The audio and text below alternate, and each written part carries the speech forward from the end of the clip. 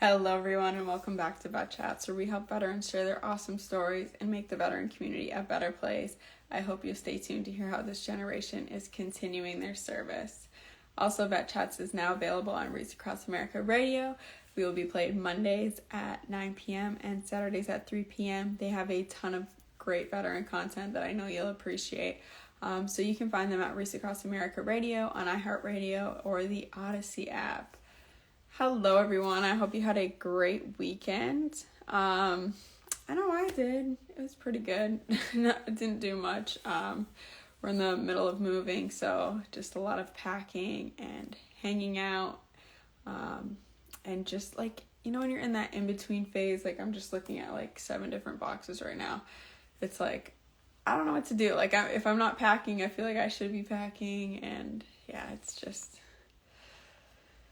a weird, that transition phase, something we always talk about. So anyhow, we have a great guest tonight. I'm really excited to welcome Christina on.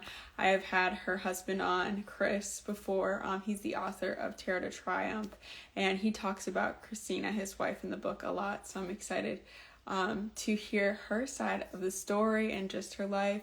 She's a military spouse, and she's also a caregiver. So we're going to be talking about caregiver support, caregiver fatigue, and how that's really helped her on her mental health journey into what she is doing now, which is helping spouses and those who are dealing with those who have spouses that have PTSDs, those people that are taking care of them. So if this resonates with you, or if you want to know more about it, I hope you stick around. We are allowing questions, so feel free to ask.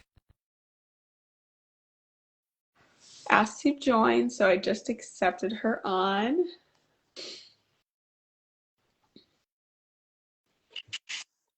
Hey, Christina, how are you doing? Hi, Jenna. So nice to meet you. Yes, great to meet you. I mean, like I was just saying, I've read about you in your husband's book, so I feel like I kind of know you. And I've known Chris for a while, probably over 2 years now, so Yeah, excited to meet you. How are you doing? How was your weekend? good. Kind of laid around and didn't do too much. Got to take my time off on the weekends from seeing clients and doing notes and all that good stuff. So have to take some time to myself or I'll burn out. Yes, absolutely. I'm so big on that. Like I check out on the weekends. I'm not using my phone, not anything. So it's good to have that mental break, because then when Monday comes around, I'm actually excited for Monday. I'm like, I'm ready to dive into whatever's next. Um, so so I'm excited to talk to you about so many things. So let's start from kind of the beginning. And it's kind of with you. How did you and Chris meet? Let's start there. And Oh, what gosh. I'm going to age what myself. So we met in the 20s Love chat room on AOL. wait, what is It was it called?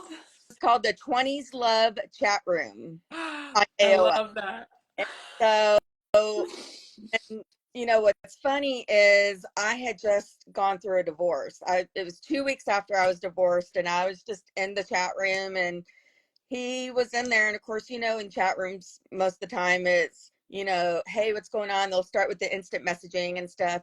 And he actually asked permission and said, do you mind if I instant message you? And I'm like, okay. So we started chatting that way, and towards the end of the chat I asked him for his phone number, and he says, well, our phone's not connected right now. I thought, oh god, this guy's so full of it, I'm never going to hear from him again.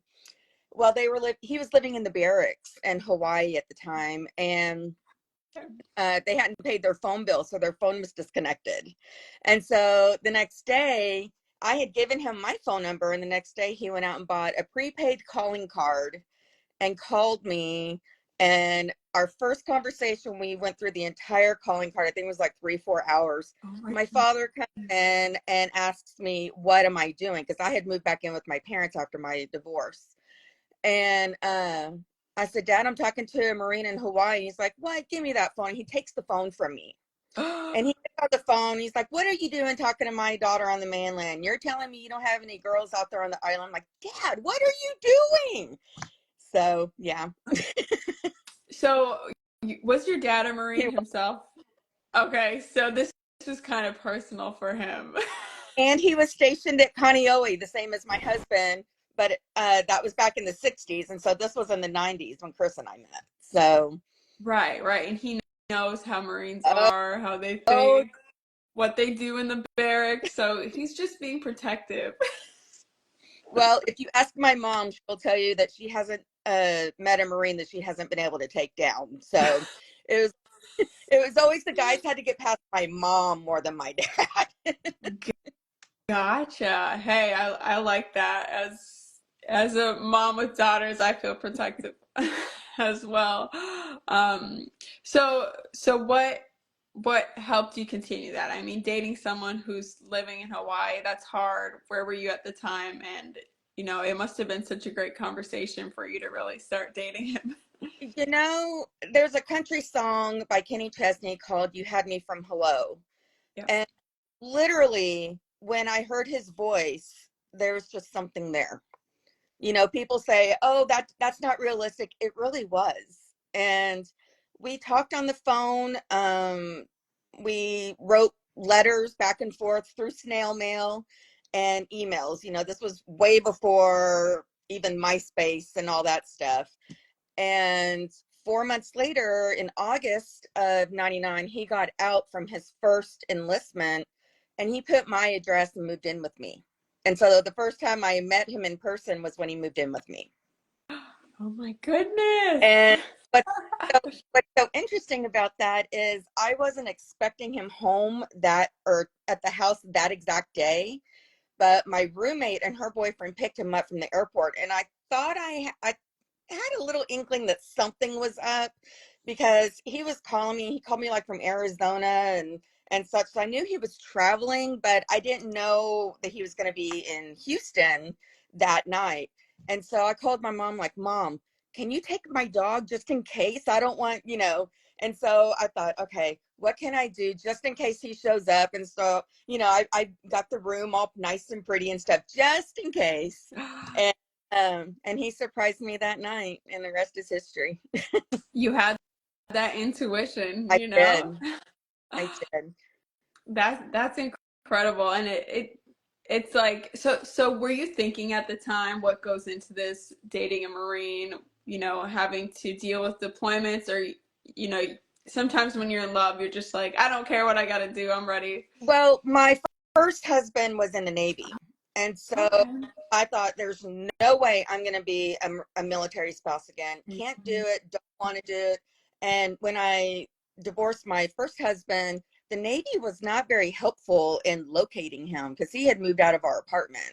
And so I had to go to the Marine Corps office just to get that information, and they helped me with that. And I've always had a love for the Marine Corps. Well, he got out of the Marine Corps in '99, moved in with me, and I remember telling him at that time, I may be 95 years old and still engaged to you. I don't know if I ever want to get married again. And then Mhm. 9/11 happened. And we got married that December after 9/11. And so he never got the Marine Corps out of his system. He went to doing as a drill instructor at boot camps and a corrections officer at boot camps, and everything was literally like Marine Corps style. They had the footprints and everything, and so he finally had the opportunity to go back in, and he just couldn't do anything else. And he ended up taking me to 29 Palms. And I remember calling my dad when we got just into town where I had cell phone reception. And I'm like, Dad, please come get me. I don't know where he took me. you know? And 29 Palms, there was nothing out there. I mean, there wasn't even a Walmart. The nearest Walmart was 30 miles away. And I'm in my mid 20s. Most military spouses are late teens, early 20s. So Right. I mean, we're like 28, 29 years old at this point. And so going back into this, it was just very different for me. And I didn't really know what to expect. And the camaraderie out in 29 Palms was something like I had never seen before. And the friendships that I made during that time was unreal. I can remember his first deployment. He was in Ramadi from Labor Day of '05, and then he came home March 29th of '06. And so he missed birthdays, anniversaries, all the holidays, and of course he makes it home in time for his birthday. But I remember sitting around a dinner table with two other spouses, and um, we had our cell phones next to us, just waiting for our our loved ones to call us, so. And that was at Thanksgiving, and literally it was like boom, boom, boom, right, one right after the other. Each of our husbands called us. But at that time, we didn't have the social media that we have now. Right. And so I would go to work, and I worked on base. There was nowhere else to work out there. And I remember getting a call one day from my sister-in-law saying that CNN's reporting that all the bases in Ramadi had been overtaken by insurgents. And I'm at work, I'm at my desk, and I'm like, we haven't been told anything like that on the base. As far as we know, everything's okay. And it got to the point, because of CNN reporting that the base got inundated with phone calls and emails and all sorts of stuff. So the commanding general of the base had to send out a message base wide to everybody to let us know that our guys were okay. And of course, by that time, you get home from work and you just kind of sit down and put your head in your hands and just cry. I mean, that's all you can do, because you have to go off of what's being reported. And of course, they say don't watch the news. And Right. But there's no way to get your mind off that. exactly. So the first deployment was definitely the worst. In fact, when the night that he left, he was the last one to actually get on the bus, because of just how anxious I was. And literally, they let him stay with me as long as possible. And I'm so proud of myself. I didn't fall apart crying until after the buses pulled away. Um, and I didn't really go home very much during the deployment. I felt safer to him being on the base. You know, it just didn't. I think I went home maybe 2 times throughout the whole deployment. One was for my birthday, and one was, I think, like Columbus Day weekend. But other than that, I stayed in 29 Palms even over the holidays. I just didn't want to leave, just in case. Right. Mm-hmm. So when he came back, he was only home for about 9 months. And during that 9 months, I could see a shift in him. And of course, my mom, I grew up with my dad with untreated combat PTSD from Vietnam. And so I saw what it was like as a dependent, a child, but not as a spouse. And of course, I knew my mom knew what it was like for her to deal with living with it. She wasn't married to him during the Vietnam time frame, but I mean, she's been with him for what years? 52, 53 years now they've been together. Wow. And I was in my mid 30s. It was during Chris's second deployment in 2007, before my dad went and got help with his combat PTSD. So it's been a whirlwind, and after every deployment you could see a little bit of the light in his eye go out each time. And when he came back from his third deployment, the man that I married was gone. Yeah. How so yeah, like I feel like we don't get the spouse's perspective enough going through that. And even though you had been exposed to it before, or you knew a little bit about PTSD, still, like, when you were seeing symptoms, or what signs were you seeing, and what was your reaction? I mean, I feel like it's only human to be angry and frustrated at first, but how did you move on from that? Well, one thing that we see a lot with our guys with PTSD is when they come back, they are completely different. And in a lot of ways, they try to go back to who they were before they deployed, and that's just not realistic. Right. And so it's almost like you have to get to know that person again, fall in love with them again, and then they deploy. And so it's a vicious cycle. And when he came back the second time, MySpace had just started up. I created a page for each of us, and he had started talking to this girl. And it was about, not about necessarily cheating on me, but it was about finding someone that he could speak to that didn't know him before that, so that he didn't have to feel like he was in some way broken as my spouse. Oh, okay. So you were almost a reminder of who he was or who he still should be. Yes. And so, with our active duty that are dealing with combat PTSD, there's so much more as far as the invisible wound of PTSD. I mean, it's not just the um, being hyper focused on situations and having trouble in crowds. They want to be able to feel that they are normal, so to speak, and be treated as normal instead of being asked, "Are you okay?" And when he's coming home and I find him laying on the couch and he's got tears streaming from his eyes and he's not talking to me, I finally told him at one point, I said, "Chris, you have got to go talk to somebody." I said, "We need to go talk to a therapist together." I said, "And you need to go talk to someone about what you went through in Iraq." He said, "I'm okay with doing the marriage counseling." I said, "Okay, and you need to go talk to someone about what you experienced." And he just looked at me and he said, "I can't." And a single tear came from his eye. And I knew then that this was going to be a lot more complicated. And about that time, I had to kind of, after he started talking to that girl, I didn't realize how severe things were. And I got on the phone with him that night because I didn't know what was going on. I went on his MySpace. I'm like, what is going on? And some of the things that he was saying on there concerned me. And so I called him. I was in Houston because when he was gone the second time, my grandfather passed away from cancer. And instead of staying in the desert, I went back to Houston to be near family for the rest of the time. And I called him up. It was like 1 a.m. and I'm like, "Get your butt out of bed. We need to have a talk now." I said, "Here's what's going to happen. Tomorrow, I'm putting in my 2-week notice. You are going to go find us a place to live.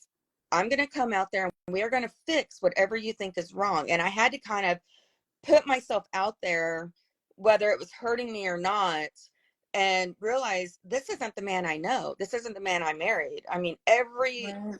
we were the type of couple before he deployed the first time that would say, "I love you so much." And we're so giddy and affectionate. Everyone's like, "Oh my God, go get a room. You're giving me a cavity with all this sweetness," but that's how we were. And we were anything but that at that point. And so I knew that I had to, take control and figure out a way to help him. So when we got out there, he finally went and got diagnosed with his PTSD. But at that time, he was doing a lap move from the infantry side to the air wing side. And the flight surgeon told him that he could not take his antidepressants for his PTSD. And if he chose to keep the PTSD diagnosis in his service record book, that he would be grounded from flight training for a year. So Oh my he goodness. could either come off the medication and be grounded for a year, or he could take the PTSD diagnosis out of his service record book and go on about his training. And I flat out told him, I said, "Don't you dare take that out." And I'm glad we didn't. Um, so when he went over to the air wing side, I was the family readiness advisor for the enlisted spouses. So it's similar to the FRG group that the Army has. Ours is family readiness advisors and family readiness officers and stuff like that. Okay. And so we had a helicopter go down in Afghanistan while they were gone, and every enlisted spouse that I knew, they knew my husband was infantry, so they knew my husband knew what to do if a chopper went down. And so instead of calling the family readiness officer, I'm getting my phone blown up. And at the same time, I'm doing this event um, to help educate um, family members on what it's like to go through PTSD and deployment. And so I'm up on the stage and my phone starts blowing up. I'm like, "Oh crap." So when he got back, it took him about 3 hours before he even kissed me. I mean, he was completely checked out. And right after he came back, we went to recruiting duty. And we experienced multiple traumas over the next year. We got to recruiting duty May 1st. A helicopter from his old unit went down and crashed. And one of my best friend's husbands died. So that was in July. The next month, we unexpectedly lost our dog to cancer. And then January, we started fertility treatments to get pregnant. And then April of 2012, I got pregnant. And May, I had a miscarriage. And then June, we PCSed from Houston to Lufkin, which was out in the middle of nowhere. And the nearest TRICARE provider was 100 miles away. So, it's just one thing after another. And I had mentality of, I've got to take care of him. I have to take care of him. Mm-hmm. And it was so scary with his PTSD that when we were living in Lufkin, I would stay up most of the night because his nightmares were so bad, he would act out in his dreams. And he had pinned me down to the bed when we lived out at Camp Pendleton. And now being in Lufkin, I woke up one night and he was leaning over me. And I froze. I didn't know. He looked wide awake, but he was asleep. And he went to put his hand over my face to smother me. And right when it got real close up to my face, he fell over back onto the pillow. And I just, and you can't move because you're afraid that if you move and get out of bed and you startle them, then they're going to attack you or something. And at that time, his CO for recruiting was a female CO, and she did not look at his service record book appropriately when she took over to see that he had combat PTSD, and they started really hazing him and harassing him. And when I spoke with her about my fear about his nightmares and his dreams and stuff, she told me just to sleep in another room. So they were no use to us. Lufkin's in East Texas, and they would send us down to Corpus, which was a 6-hour one-way drive to go to a naval hospital. And so he could be seen by a therapist and a psychiatrist. And so that would take maybe 3 hours. And then they would expect us to turn around and drive back. That's horrible. Yeah. So it got to the point where I was doing anything I could think of to try and find some help for him. And I knew a sergeant major's wife that I had been put in contact with from one of his Marine brothers from 2-7. And she put me in touch with the commandant's wife. Well, around that same time, the sergeant major of the Marine Corps at the time was my husband's old sergeant major from 2-7. Wow. So my husband was a stellar Marine. And I wrote 2-3-page letter, and I addressed it to him and the commandant's wife. And I got him in treatment, inpatient. And the only thing that his commanding officer said is, well, I guess you got what you wanted, didn't you? That's horrible. So here I am going through all this stress, and everything support I'm getting at the time is because of the commandant's wife and the Wounded Warrior Regiment. I'm not getting contacted by the command or anything. And by this time, I had given up my apartment and I was living at the Fisher House on base here at BAMC in San Antonio. And my world revolved around going to Laurel Ridge to see him, taking him whatever he needed, coming back to the Fisher House and doing it the next day over again. And I mean, it was so challenging because everyone kept saying, well, you got to be strong for Chris. You got to take care of her. Mm-hmm. Nowhere in there was it, I need to take care of me. It was, well, you got to be strong. So that was around July of 2013. And I became Chris's full-time caregiver. And he had messed up knees, so he couldn't drive.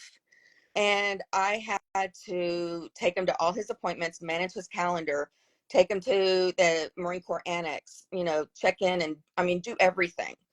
And again, I have my own history of depression and anxiety. And so I'm slowly getting worse and worse and worse. Mm-hmm. And no one is hearing me when I say I'm about to crack. I'm about to crack. No one was taking it for what I was trying to convey to them. And so May of 2014, so 10 years ago next month, I attempted suicide because the caregiver's fatigue and the burnout was Mm-hmm. so much. And the fighting and everything that going on with him was so bad. He had gone through a sinus surgery and went through what they call serotonin syndrome, and they couldn't wake him up from the anesthesia. And that was in December. And then in February, he had a back surgery and they had trouble waking him up again, but didn't tell me. And I mean, it was just one thing after another, and I didn't have any support. Yeah. And the support that I needed wasn't being given. Mm-hmm. Most at that point in time, things were geared more towards amputees, burn victims, and Gold Star wives. There wasn't a lot of notice with PTSD. In fact, I think besides us, there was only one other Marine at the annex at the time that had PTSD, but he was also a double amputee. So, Mm-hmm. I can't relate to what they were going through, and they couldn't understand why I was there. They're thinking PTSD, what's that? So when I woke up after my attempt in the hospital, I was still pretty out of it, and I still don't remember very much about being in the hospital. And then I went for some mental health care myself, and I woke up one day and it was like I came out of this fog. And it was like I got my strength back. And I thought, I don't want another spouse to go through anything like what I had just experienced. Because PTSD and TBI, the spouses in general, I think, are the forgotten population. And if you look at all the organizations out there, majority of them are for the veterans, but they don't stop to think about what the spouses go through and what we have to endure.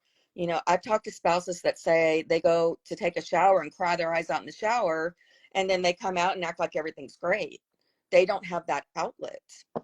Yeah. So I started school and created my private practice so that I could get into becoming more vocal for those military spouses and let them know that, hey, you can come out of this. Chris and I went to marriage counseling about 6 years ago. And I remember that the therapist asked me, well, what are your non-negotiables? What is it that would absolutely make you walk away? And I'm thinking, lady, do you have any idea what we've been through?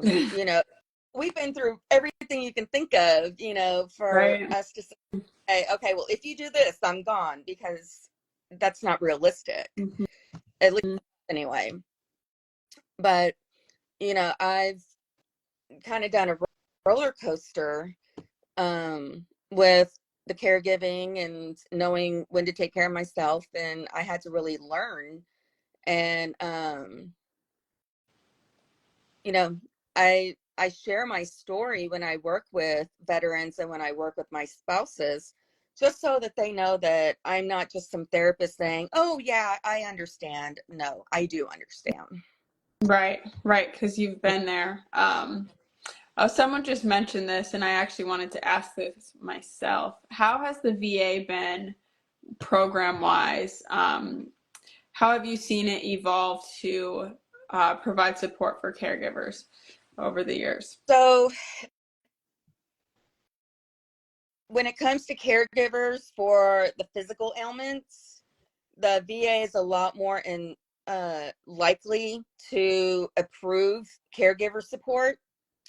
If you are dealing with PTSD, they don't see that as something that needs full-time caregiving.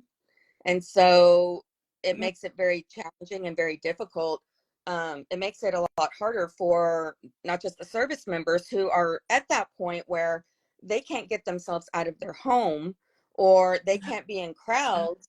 And so they can't really go out and work. They could work remotely, but then they have to be able to control their emotions if they're, say, doing customer service and they get agitated easily. There's so many factors that go into it. And the VA, I mean, they've gotten a little bit better, but um, I know for a while they had kicked out a lot of caregivers that were caregivers for the mental health side. And I know that it was just passed last year, I believe, that they are going to start reinstating some of those spouses, but I don't know how much it's really done.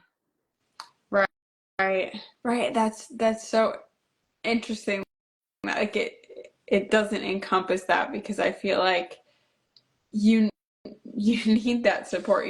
Like the VA should pay someone to give care to those who are, especially those who are like housebound or anything with PTSD.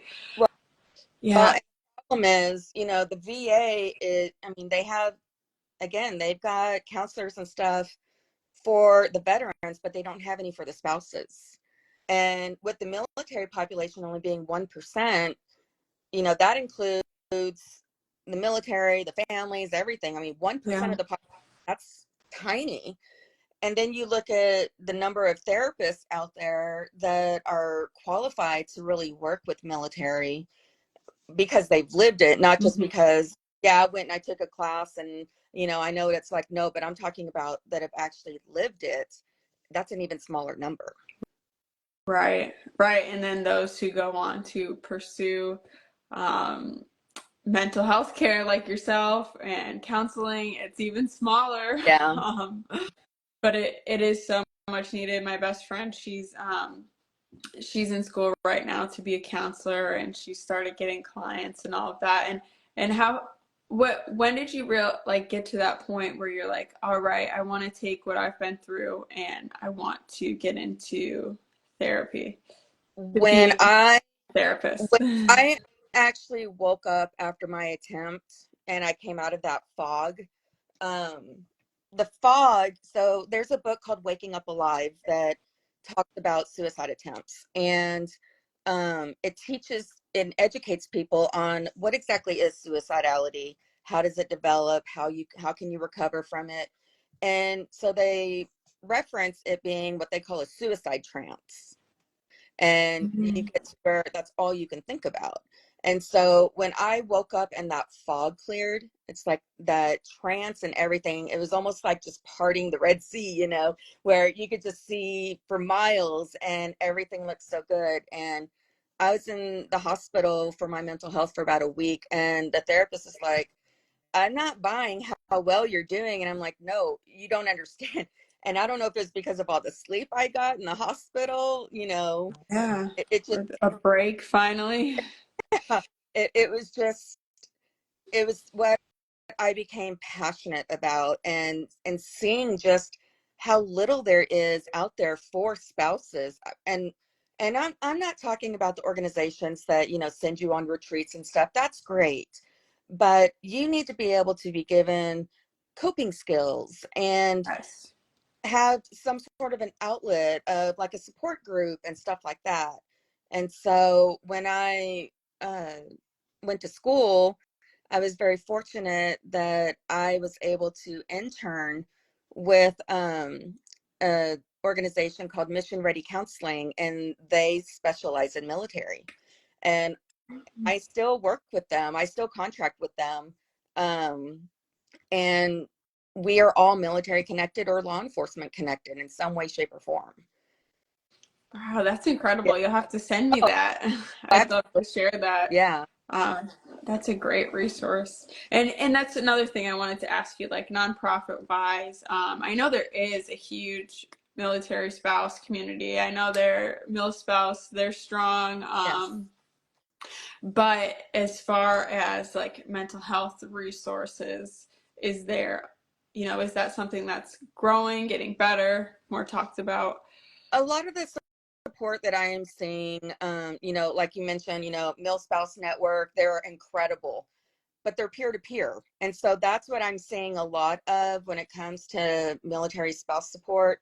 There's an organization called PTSD Foundation of America, and they have a caregiver support group as well. But Mhm. again, it's not, it's more of a peer to peer thing.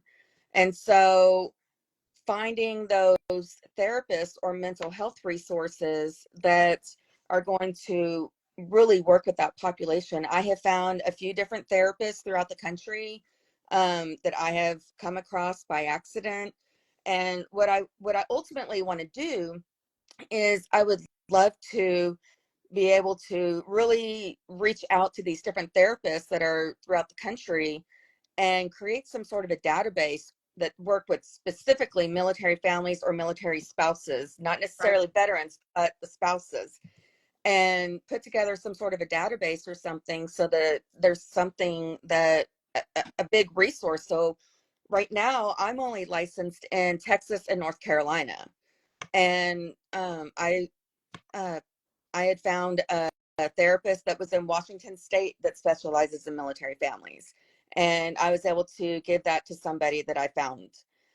So they're out there, but you have to really know how to look for them. Yeah, yeah, yeah, and that's the thing. I feel like that's such a huge barrier with therapy and counselors is the state licensing, and especially for us, like in military families, we're moving all over. Military spouses. But you can't bring your therapist with you because they're only licensed in one state. No, It's but there is now for licensed professional counselors, so LPCs, they have, I think it's called a compact. And so they can help in different states. oh, that's And certain awesome. states, like for example, West Virginia, you can see a client for 30 sessions before you have to be licensed there. And so I'm working right now with a military family out there with one of their sons, a teenager. And so I'm seeing him. They went from North Carolina to West Virginia. And so I'm working with him as much as I can. And eventually, I'm sure I'll probably get my license so I can keep working with him. But the boards for the marriage and family therapy, and then the LPC, and even the social workers, they're all different boards. And so they have all different rules for their licenses. So, Yeah. and each state has their own requirements. So in Texas, we have to have our associate license for a minimum of 2 years and have 3,000 total hours before we can get our independent license. And but in California, they have all these other prerequisites you have to do, including extra classes and stuff. And so it can get very challenging at times to make sure, everyone's getting what they need. Yes, yeah, absolutely. And that's just another layer to all of Yeah. it. So how has it been working with clients for you? Is there anything that's hit close to home that, is hard to work through with a client? I learned early on. I remember going to see Chris at Lower Ridge, and he was really upset about a certain incident that had occurred. And he was afraid of telling me about it because he was afraid of how I'd respond to it and if I would look at him differently. And I remember getting back to the Fisher house, and I called a friend of mine, and I was telling him, I'm like, I don't know what to do with this. He goes, okay, well, first of all, put it down. He said, you did not experience that. He's like, understand that's what he went through, but don't take it on yourself. And that really resonated. So now when I am meeting with my clients and I am working with them, you know, Chris has shared so much with me on his deployments, and I've now been seeing clients for about 3 years now. And I mean, one of my first clients was a Navy corpsman, and I just went from there. So it just, it really depends on what you are capable of doing individually. Mhm. Sometimes people will get into this job and realize that it's not what they thought it was going to be, or they don't have the emotional capacity to handle it. Right. And I think going through the deployments, going through what I did with my caregiver fatigue and burnout, really empowered me to have the capacity to do it. Mm-hmm. So, I tell my clients, look, this is a safe space here. I never work harder than my clients, and I always tell them you will get out of therapy what you put into it. Yeah. But I am not afraid to call them out if they try to pull anything with me. My veterans know that I ask the hard questions. Yeah, yeah, and you need to. But first, I want to say that's such a great point because that's a lesson I had to learn. Being married, that's something he went through. I don't need to carry that on me, and that was hard. It's hard to do because you care about them and you want to help them, but really, you taking it on is it's not helping them at all. Well, and It's so many spouses say, well, I want to know what you did. I want to know, did you shoot anybody? Did you see, did this happen or that happen? And I tell my spouses, look, we are not trained the way the guys are to go into battle and to carry out those missions. We are on the home front. We worry about things here. They worry about things there. They don't know what it was like for us to go through what we did any more than we know what it was like for them to go through what they did. If they start talking about it, absolutely let them just talk, and get it out. And don't interrupt them when they're doing it. But know that when they start doing that, that is their way to release some of those emotions. mm-hmm. The problem, Yeah. the only thing we run into with that is for those spouses that do take it on, then we run into secondary trauma. And I had started getting to that point when I was doing the full-time caregiving for Chris, and I kept having this dream, and it was this reoccurring dream that would expand every time. And so it felt so real after a while. I had to ask him, like, look, did this happen? Mm-hmm. And he's like, no. I'm like, okay. So I had, been hearing so many stories from him that they were getting stuck in my head, and I didn't have a way to process them. Yeah. Yeah, yeah, exactly. That's a great point. Since we are coming up on time, I wanted to ask this one last question. Um, what advice would you give to a spouse who is in that dark spot right now? Someone who's a caregiver who's, helping their spouse with the TBI, PTSD, whatever they're going through, and they feel like they can't reach out for help for themselves. What would you encourage them to do or say to them? So surprisingly, this is probably going to sound ridiculous to some people, but when I didn't have that outlet of a counselor, I found Facebook groups for spouses dealing with PTSD, combat PTSD and TBI. And I can remember going into those groups the first time, and I'm reading, I'm like, oh my God, this is my life. These people know what I'm talking about. They know what I'm going through. And it felt, and just having that reassurance and of seeing that other people are experiencing it, and then seeing it wasn't any of this, oh, you need to leave him. It was providing support to one another. And Right. behind the computer allowed me to be more honest probably with them than with someone sitting right in front of me. And that's how you can start, excuse me, with allowing yourself to put yourself out there. If you are at a point where you don't feel comfortable enough going and talking to a therapist, you're maybe afraid of being judged or not being understood, find some sort of support group online. Go to the PTSD Foundation of America, try Facebook groups. Look for those Facebook groups that are private. You don't want anything public. Um, Look at NAMI, which is the National Association for Mental Illness. They've got groups as well.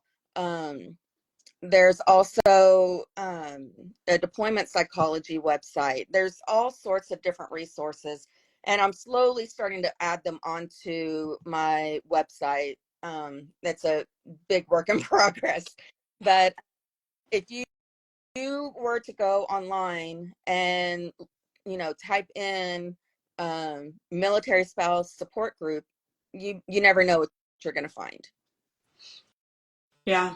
Yeah, I think that is great advice. I mean, there's nothing like finding that other people are dealing with what you're dealing with. It's just it breaks that Yeah. isolation. It's so reassuring. No, and yeah, I that is great advice and something that we could all do. We all have phones. We got Facebook. It's really easy to tap into those communities. And For, I will tell you real quick, when it comes to reaching out to someone who you feel like needs some help, stay shy away from text messaging. My mom and everybody could text me nonstop when Chris was deployed, and I could respond back like I am doing just great and everything's hunky yeah. dory. But if you get me on the phone, you would hear a different voice. But Mm. but I knew how to put on that persona and wear that mask. And military spouses are really good at wearing masks. Yeah, that's another great point too, through text and it's hard. You can't hide it on the phone. Well, you can, but I mean not as Yeah, easily, not for too long because, you know. yeah. Yeah, I love that. Christina, where can people find you? And what is your website? My private practice is called the Wife Family Therapy because, of course, in the military, we're known as Whittemore's wife or the wife. Mm-hmm. So, my website is the Wife Family Therapy, PLLC.com. If you put in the Wife Family Therapy, it should come up. You can also find me on Facebook. My Facebook is C Whittemore MFT, and I post different articles and blogs every day on different things from depression, anxiety, PTSD, even on sleep and relationships. So if you want to reach out to me that way, I do provide a free consultation. And I take TRICARE and uh, a myriad of other insurances as well. So if you want to reach out, my phone number is area code 832-400-3389. I do offer evening appointments on a limited availability, but I will work with your schedule if you need to. Wonderful, wonderful. I want to thank everyone who joined. Thank you all for stopping by and listening. I hope, and if you're catching the replay, I hope you enjoyed this conversation as much as I did. And Christina, thank you so much for your time and coming on Vet Chats. Thank you. All right, bye. Bye.